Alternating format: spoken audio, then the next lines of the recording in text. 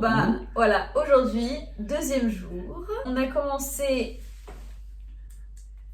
par le château de Bennac, qui a appartenu à Aliénor d'Aquitaine, Richard Cœur de Lion. Alors, je répète, ce château a appartenu à toutes ces personnes qu'on vient de citer, plus beaucoup d'autres. Mais en tout cas, il ne nous a pas appartenu ce château, mais à nos ancêtres, oui. Parce que donc nous descendons de Aliénor d'Aquitaine, donc mais pas de Richard Cœur de Lion. C'est un super château, c'est un château médiéval du XIIIe siècle. Au début, c'était un donjon. Ouais. Bonjour et bienvenue dans ce château de Brignac.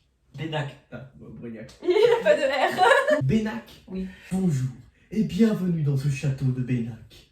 Château, ou plutôt donjon, construit au XIe siècle et qui, au fur et à mesure de l'histoire humaine, a été développé en un donjon impénétrable face à ses ennemis. C'était Stéphane Bern. Il y a une partie en extérieur, une partie à l'intérieur. Il y a vraiment les trucs de l'époque, c'est vraiment médiéval. Il a été restauré. Il y avait certaines parties du château qui avaient été restaurées au XVIIe, XVIIIe, XIXe, mais qui avaient été restaurées dans le style et la mode de l'époque. Donc le nouveau propriétaire qui l'a racheté en 1961, il a fait redémolir ce qui avait été reconstruit pour le remettre à l'état d'origine, c'est-à-dire à l'époque médiévale. Et la particularité de ce château, c'est que c'est ce château qui a servi de décor au film Les Visiteurs 2. Le château n'a pas servi que au film Les Visiteurs 2, il a aussi participé, contribué. À d'autres films très connus. Comme Jeanne d'Arc de Luc Besson. La fille de d'Artagnan aussi. Cendrillon. Il a une très belle vue sur la Dordogne. Il est en hauteur, en altitude. Il culmine vraiment. Il construit à même la roche. Et on avait aussi un audio guide. L'audio guide est gratuit. Moi, je trouve que ça vaut vraiment le coup. Je vous conseille vraiment d'y aller si vous aimez tout ce qui est l'histoire, les châteaux. Bah, allez-y. Avec moi, j'ai pas aimé les audio guides parce que aux audio guides, on peut pas poser des questions. Alors que moi, j'ai toujours des questions à poser, soit parce que je comprends pas, ou alors c'est parce que je suis curieux. Donc voilà. Et bien, souvent, je pose des questions. D'ailleurs, mon fils aussi, des fois, il pose des questions. Donc voilà, c'est l'inconvénient de l'audio guide. Ensuite, on est allé manger juste à la sortie dans un petit resto. Un fast-food, un resto rapide, quoi. Ouais, voilà, truc rapide. Juste à l'entrée de. Voilà, il n'y a rien de maison. Il y a juste, apparemment, c'est marqué crêpes au chocolat maison. D'après papa, ce n'est pas. Le connaisseur au chocolat. Voilà, il me dit non, c'est pas du chocolat maison. Et je l'ai signalé en payant. Parce qu'on m'a demandé, est-ce que ça vous a plu, monsieur? Et là, bien sûr, j'ai répondu, il était bizarre, votre chocolat maison. On aurait dit, il y a un chocolat en bouteille. Tu l'as dit? Tu l'as dit? Oui. Et alors? Elle dit quoi? Et ben alors, je m'attendais à ce que dit, bon, bah, je vous fais une petite réduction. Mais même pas. Et donc ensuite, nous sommes partis au musée national de la préhistoire, qui se trouve à, je ne sais plus. Voilà, c'est pas vraiment une ville Eizac, très connue. Eiznac. C'est pas dans une grande agglomération. Je mettrai le nom de la ville ici. Mais non mais... ça sera sur la vidéo. Donc on a vu beaucoup d'ossements, de reconstitutions et des fossiles, tout ce qui est des objets. J'en ai des vrais, moi. Quoi? Des cils. Des vrais, tu veux Ouais. dire? Ah oui, il y avait des fossiles et des vrais cils. Oui, c'est le soir. C'est le soir. On a vu aussi des crânes. Oui. On a vu un crâne de néandertalien. Et ensuite, pour terminer la journée, on est allé Au lac de Kos. Kos. Donc nous sommes baignés, c'était la dernière journée. C'était très chaude, même pas eu besoin de se mouiller Ouais, avant. ça allait. Directement dans l'eau. On a vite fait un peu bronzé. Mais Oui, bon, on s'allonge un petit peu sur le sable. Ça a été très bien aménagé, cette petite plage. Avec du sable, c'est un lac artificiel. De toute façon, ça se voyait, il y avait comme un petit barrage. Et surtout, Mélodie a fait la remarque, parce que nous sommes déplacés souvent en voiture, parce que nous avons fait des longues distances. Et nous avons remarqué qu'il y avait beaucoup de verdure. C'est Mélodie aussi qui l'a remarqué. C'est vrai que c'est très... Il n'y a pas énormément de champs. Mais il y a beaucoup de forêts et surtout des noyeraies, c'est-à-dire des champs où il n'y a que des noyers, noix du Périgord, de Dordogne, et surtout les routes très sinueuses et surtout un relief très accidenté, parce que ce sont des hautes collines qui font jusqu'à 300 mètres pour les plus grandes d'altitude, donc ça fait beaucoup de déplacements de manière sinueuse. Et comme je le disais aussi, les villes sont très moyenâgeuses. Il y a beaucoup de petits châteaux au style médiéval, c'est vrai. Il ne faut pas oublier aussi d'expliquer que cette région, la Dordogne, a été très propice aux découvertes archéologiques sur l'homme préhistorique. Et donc là, vous allez voir dans toutes les vidéos que j'ai prises durant la journée. Voilà. Voilà. Salut. Salut.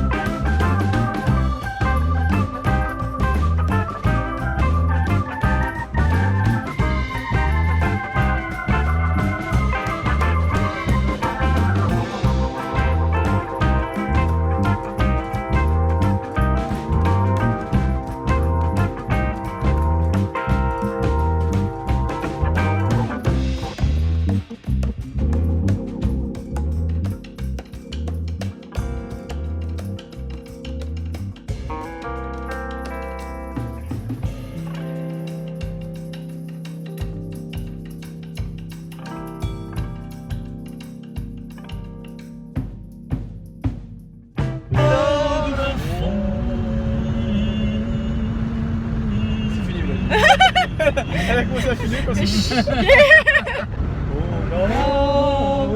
C'était les corons. La C'était le charbon. Dans 500 mètres, au rond-point, prendre la première sortie sur la rue du Moustier, 1706. Les hommes des misères de fond.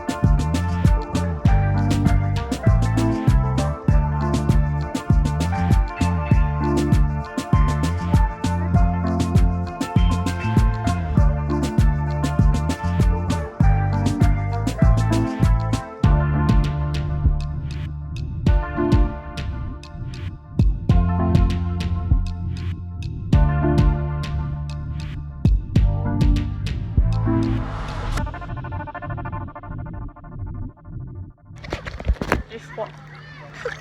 Ah, au ventre, au ventre.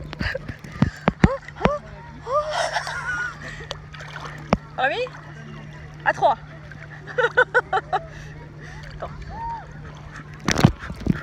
À 3, je me mets dans l'eau. Ok, attends.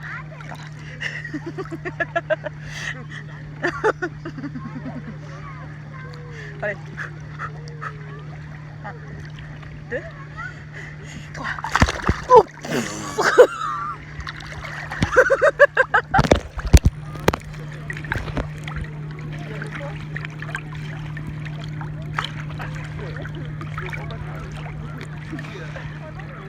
Coup de boule. C'est quoi avec ton pied? Bah je nage. Pourquoi? Pourquoi? Parce que je vais pied. Ta pied. Non. Ta pied. Non, je te dis que non. Je t'ai dit ta pied. Je dis que ta pied m'a dit.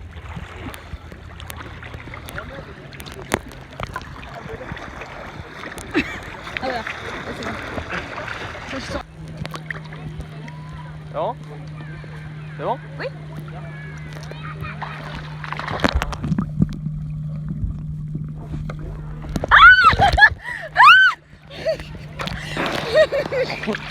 C'est bon, t'as filmé? Oui, super, merci. Tu peux filmer quand ma tête est sortie comme ça? Oui. C'est vrai? Je crois, ouais. Ok.